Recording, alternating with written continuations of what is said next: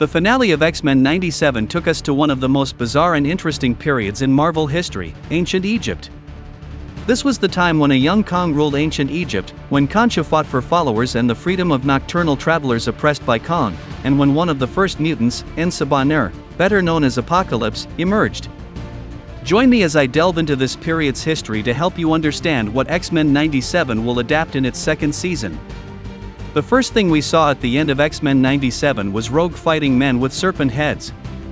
These men are servants of Pharaoh Rama-Tut, a classic Fantastic Four villain created by Stan Lee and Jack Kirby. Rama-Tut is actually Kang before he became the Kang we know. After Nathaniel Richards created his time machine based on Dr. Doom's time machine, he first traveled to and ruled ancient Egypt with his future technology, assuming the name Pharaoh Rama-Tut. In some comics, Rama-Tut's servants have the face of Horus instead of a serpent, as adapted in X-Men 97. This has more to do with Rama-Tut's rivalry with Khonshu, the Egyptian god of the moon and patron of nocturnal travelers, who grants powers to Moon Knight. During this period, Khonshu and his followers frequently clashed with Rama-Tut, vying for the people's worship and cosmic mystical artifacts. Alongside mythology, this era had a lot of significant events, including the birth of one of the first mutants, Sabah Nur, known as Apocalypse.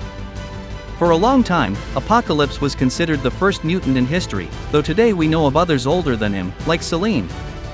In X-Men 97, his appearance mirrors his look in the comic Rise of Apocalypse, which tells his origin story. He was despised and feared as an aberration due to his gray skin, immense strength, and imposing presence. During his youth, he learned about the survival of the fittest, an evolutionary concept touching on natural selection, genetic competition, and the conflict between Homo sapiens and Neanderthals. These themes are central to X-Men stories, which focus on such evolutionary and societal issues.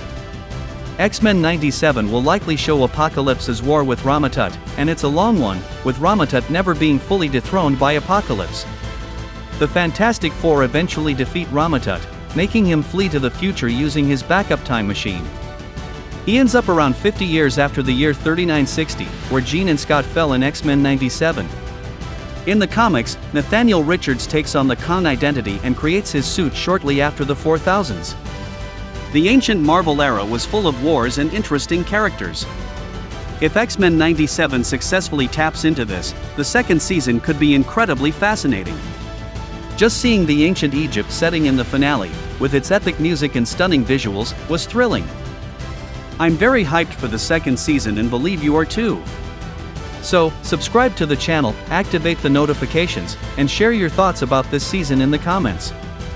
I'm looking forward to reading your opinions.